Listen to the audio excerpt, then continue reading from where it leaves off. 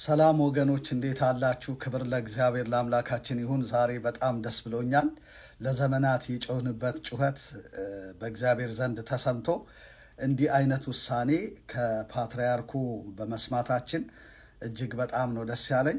እስቲ ለማንኛውም እሳቸው ወደ ተናገሩት ሐሳብ እንለፍና ከዛ በኋላ ያለውን ነገር አብረን እንመለከታለን።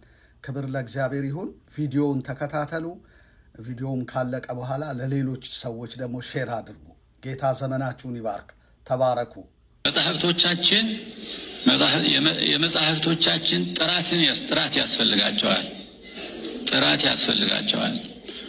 እንግዲህ በሊቃውንት ጉባኤ ያልተመረመረ መጽሐፍ ማለፍ የለበትም። በእውነቱ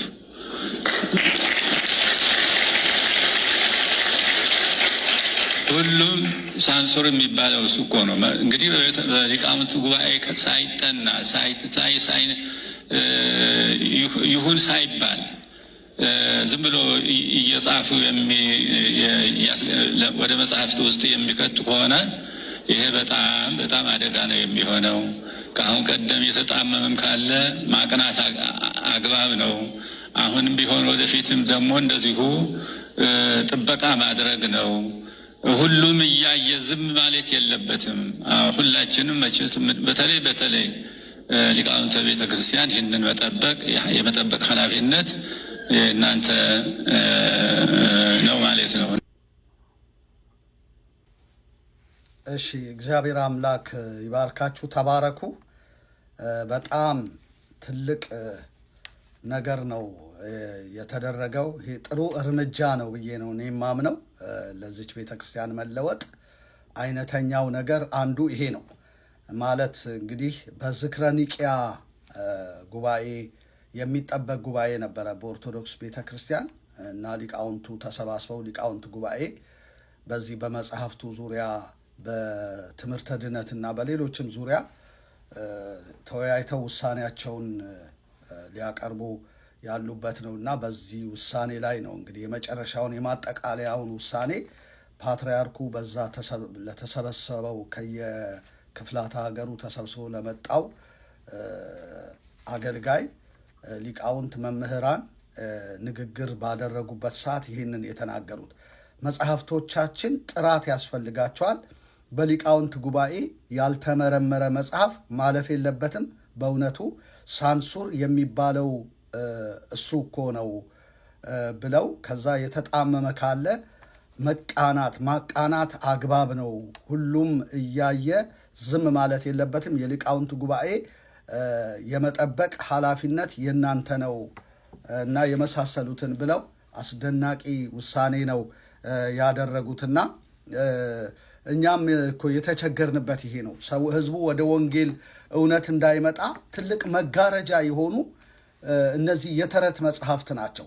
ይሄ ገድለ ተክለ ሃይማኖት፣ ገድለ ገብረ መንፈስ ቅዱስ፣ ገድለ አርሴማ ሆረር የሆኑ በቃ ስታነቧቸው ገባ ብላችሁ በጣም አሳፋሪ የሆኑ ሆረር አይነት ሌጀንድ በቃ ለጆሮአችሁ እንኳን እንግዳ የሆኑ ነገሮች ናቸውና አልላቀቅ ብላ ይህች ቤተ ክርስቲያን ለዘመናት በቃ ወደ ወንጌል እውነት እንዳትመጣ ህዝቡን ሁሉ የጋረደ ጥቁር መጋረጃ ገድልና ድርሳናት ናቸው። ገድላትና ድርሳናት እና አንድ የዘጸአት አፖስቶሊክ ቸርች ዘማሪና አፖስትል የሆነ ሐዋርያው ዮሐንስ ግርማ ይባላል። ወዳጄ ነው ለእኔ። በጣም ጌታ ኢየሱስ ይባርከው። እንተዋወቃለን እና አንድ መዝሙር ዘምሯል። እግዚአብሔር ተረት አይደለም። በጣም መወደው መዝሙር ነው። ክብር ለእግዚአብሔር ይሁን። እግዚአብሔር ምን አይደለም? ተረት አይደለም ወዳጆቼ። ክብር ለኢየሱስ ይሁን። አዎ ተረት አይደለም። ለዚህ ነው በሁለተኛ ጴጥሮስ መልእክት ላይ የእርሱን ግርማ አይተን እንጂ በብልሃት የተፈጠረውን ተረት ሳንከተል የጌታችን የኢየሱስ ክርስቶስን ኃይልና መምጣት አስታወቅናችሁ ያለው ከዚህ የተነሳ ነው። ተረቶች ብዙ ጊዜ በብልሃት የተፈጠሩ ናቸው።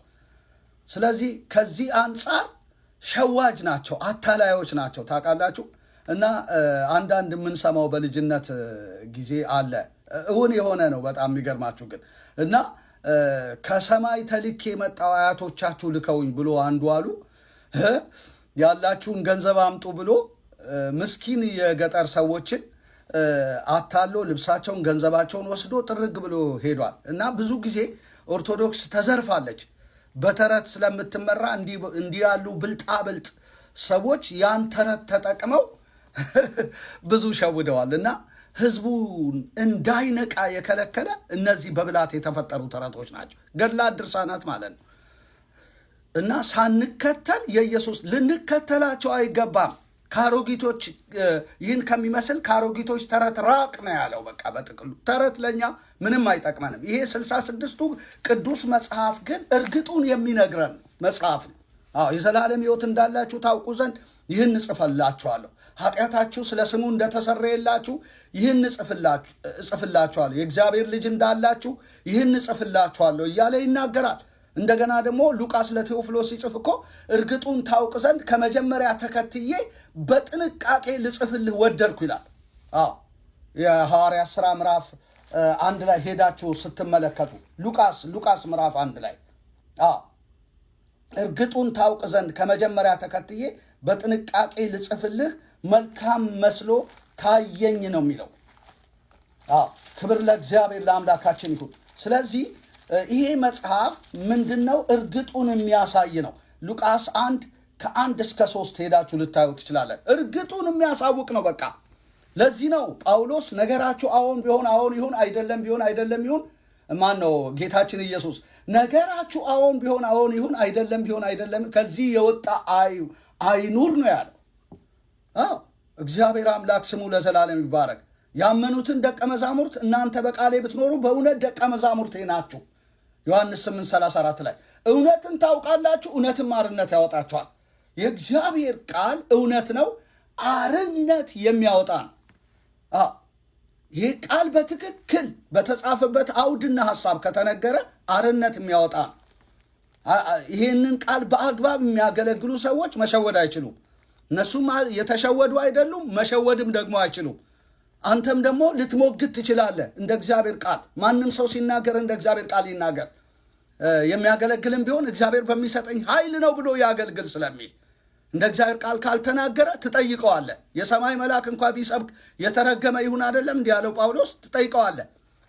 እንደ እግዚአብሔር ቃል ነው መነገር ያለበት እና ይሄ የእግዚአብሔር ቃል በመንፈስ ቅዱስ የተጻፈ ቃል ነው። ማንም ሰው ለገዛ ራሱ የማይተረጉመው ቅዱሳን ሰዎች በመንፈስ ቅዱስ ተነድተው የጻፉት። ስለዚህ ወደዚህ ወደ 66ቱ ቃል ለመድረስ የተሄደበት ሂደትና ውሳኔ ኦርቶዶክሳዊት ሐዋርያዊት ቤተክርስቲያን የወሰነችው ውሳኔ እጅግ አስደንቆኛል።